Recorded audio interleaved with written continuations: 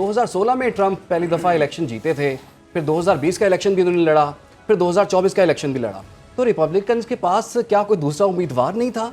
और उन्होंने तीनों डिफरेंट उम्मीदवारों के साथ इलेक्शन लड़ा ट्रंप ने, और इस दफ़ा जो सेकंड टर्म उनकी है, आपके ख्याल में पहले से कितने ज़्यादा मजबूत और पुरएतमाद तौर पर ये सामने आएंगे? जो आपके सवाल का दूसरा हिस्सा है, पहले उसका जवाब डेटा से देते हैं। बड़ा अहम सवाल आपका।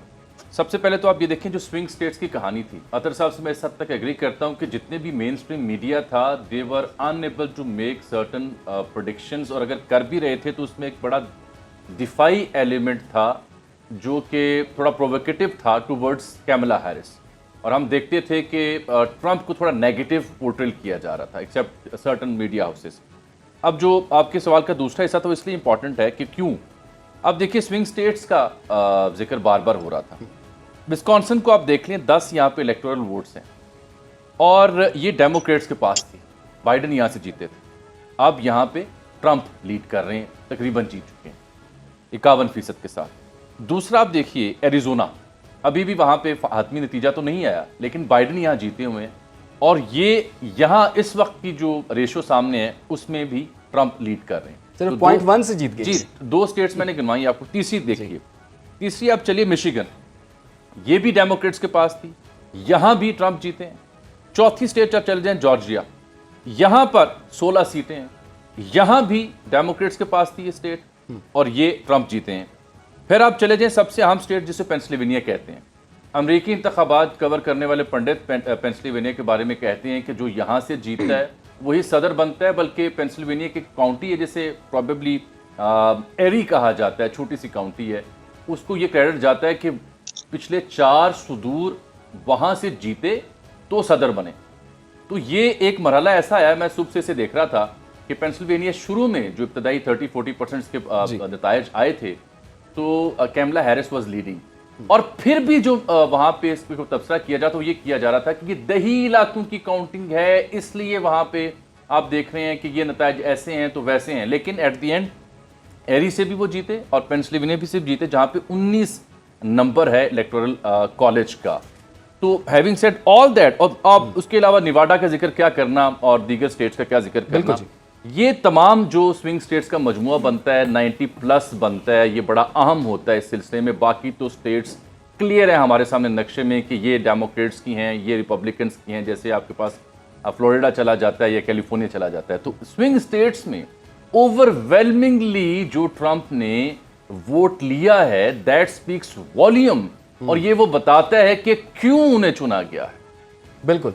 और फिर आप मिशिगन का एलिमेंट भी अपने ज़हन में रखें कि वहां पे जो अरब नियाद बसते हैं, शहरी जो अरब ममालिक से हैं, उन्होंने ट्रंप की किसी एक बात को बाय किया कि वो जंग खत्म करना चाहते हैं। ओवरवेलमिंगली उन्होंने वोट किया है फॉर डोनाल्ड ट्रंप। जामी साहब को आपको पॉलिसी शिफ्ट नजर आता है? मैं अर्ज करता हूं आपसे, ये देखिए, ये इसलिए बड़ा सिग्निफिकेंट है कि 120 साल जो तारीख है अमेरिकी इंतखाबात की, उसमें ये पहली बार हुआ है आफ्टर प्रेसिडेंट क्लीवलैंड कि कोई शख्स जो व्हाइट हाउस जो से निकला हो और उसके बाद आया हो, जीता हो और दोबारा व्हाइट हाउस पहुंचा हो, इस तरह जो ट्रंप साहब के साथ पेश आई सूरत हाल, ये पहले इंस्टेंस है 120 सालों में। दूसरा जो आप सारा साहब से बात कर रही थी, अभी तक की दस्तयाब मालूमात ये कहती हैं कि जहां ट्रंप ने यूथ को, मॉडर्न गैजेट्स को, एलॉन मस्क की सपोर्ट और उन एंटिटीज़ को टच किया जो बड़ी ज़रूरी थी, वहीं उन्होंने जो अनलाइक डेमोक्रेट्स जो रूरल कॉन्स्टिट्यूंसी थी उसको कोई 5 to 7% फर्दर इन्हेंस किया है। ये मुख्तलिफ लोगों के स्टैट्स हैं जो मैं आपसे पेश कर रहा हूँ।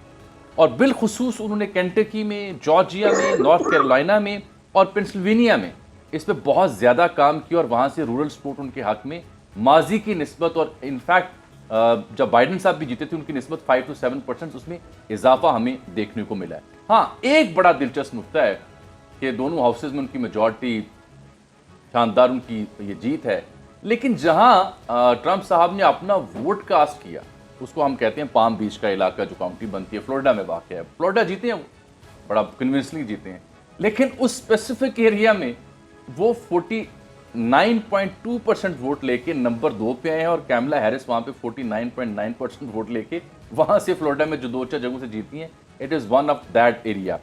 और तीसरी अहम बात जो मैंने जिक्र किया, जो अरब निजात बाशिंदे हैं मुख्तलिफ स्टेट्स में, बिलखुसूस मिशिगन में, उसके अलावा एक जो लैटिनो इलेक्टोरेट था उसके यहाँ से भी हमें इनकी जानिब कुछ ज़्यादा तवज्जो देखने को मिली है।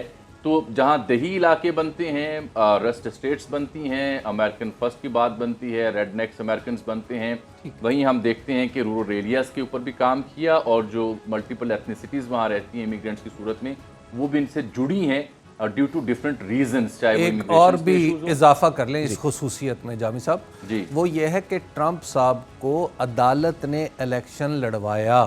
जी जी जी, उनको नाअहल करार नहीं दिया गया। वहां पर जस्टिस काजी फायज ईसा मौजूद नहीं थे, वरना मामला किसी और तरफ नहीं, उनसे हबीब साहब वो उनसे अपना निशान भी नहीं छीना गया। हो सकता है 62-63 वहाँ पर ना हो सर। जामी साहब, आपको क्या लगता है, आप इससे एग्री करते हैं कि ट्रंप जो है पाकिस्तान की अंदरूनी सियासत में मुदाखलत करे, और क्या हमें ये फिर एक्सेप्ट करना चाहिए?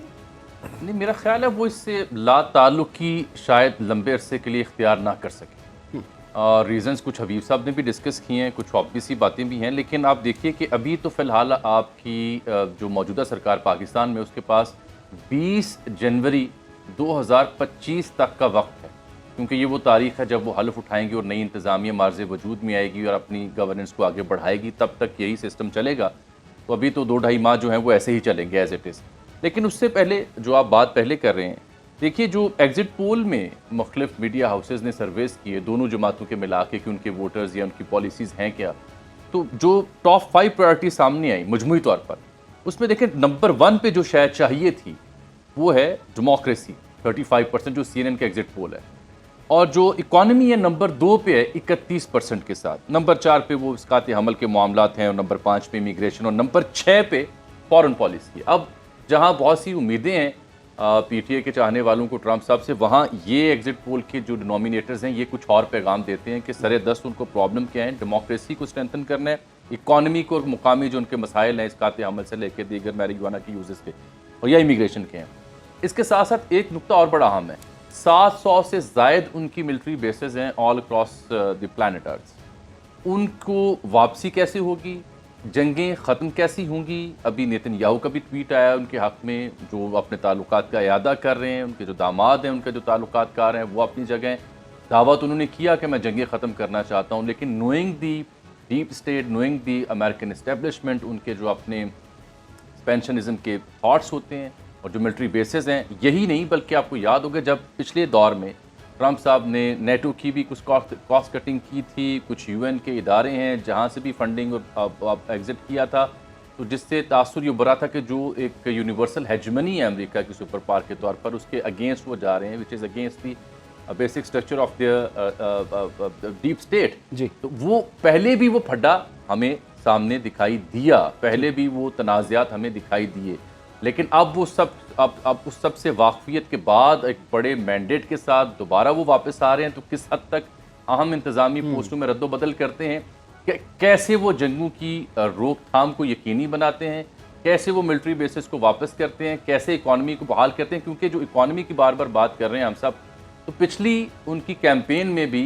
जो अमेरिका का मैप अब जब देखते हैं तो जो सेंटर में स्टेट्स आती हैं ज़्यादातर वो रिपब्लिकन्स के नाम ही जाती हैं, उन्हीं के नाम रही हैं, तो उनको रस्ट स्टेट्स का नाम दिया गया कि यहाँ इंडस्ट्री थी जिसको रस्ट लग गया तो हमने इसे बहाल करना है। लेकिन उस वक्त वो इसको अमली जामा कितना पहना सके जो आप पहनाएंगे, अब बहुत बड़े बड़े सवालात हैं, क्योंकि ये तीनों मौज़ूआत चाहे वो वॉर ख़त्म करने से हों, चाहे डेमोक्रेसी की बहाली हो, क्योंकि उनका जो रवैया अपनी अपोजिशन के साथ था, मीडिया के साथ था, वो भी हमारे सामने है। और तीसरा नुकता ये इकॉनमी की बहाली का है। मुबारकबाद की बात करें काज़मी साहब, ये बड़ी अहम है कि इजरायली प्राइम मिनिस्टर की भी स्टेटमेंट आई जिसमें उन्होंने कहा कि ये हिस्ट्री का ग्रेटेस्ट कम बैक है बाय अ प्रेसिडेंट, और एक नई उन्होंने ताउन की और एक नए अतमाद की ताल्लुकात को उन्होंने उम्मीद की नज़र से देखा है और ह्यूज विक्ट्री उन्होंने करार दी है। उसके बाद चाइना की जानिब से उनकी फॉरेन मिनिस्ट्री ने भी उनको मुबारकबाद ऑफिशली ट्वीट के जरिए कर दी है। UK का जिक्र काज़मी साहब करते हैं, फ्रांस के प्रेसिडेंट ने भी एक खुद ट्वीट कर दिया है, उनकी मुबारकबाद उनको पेश की है।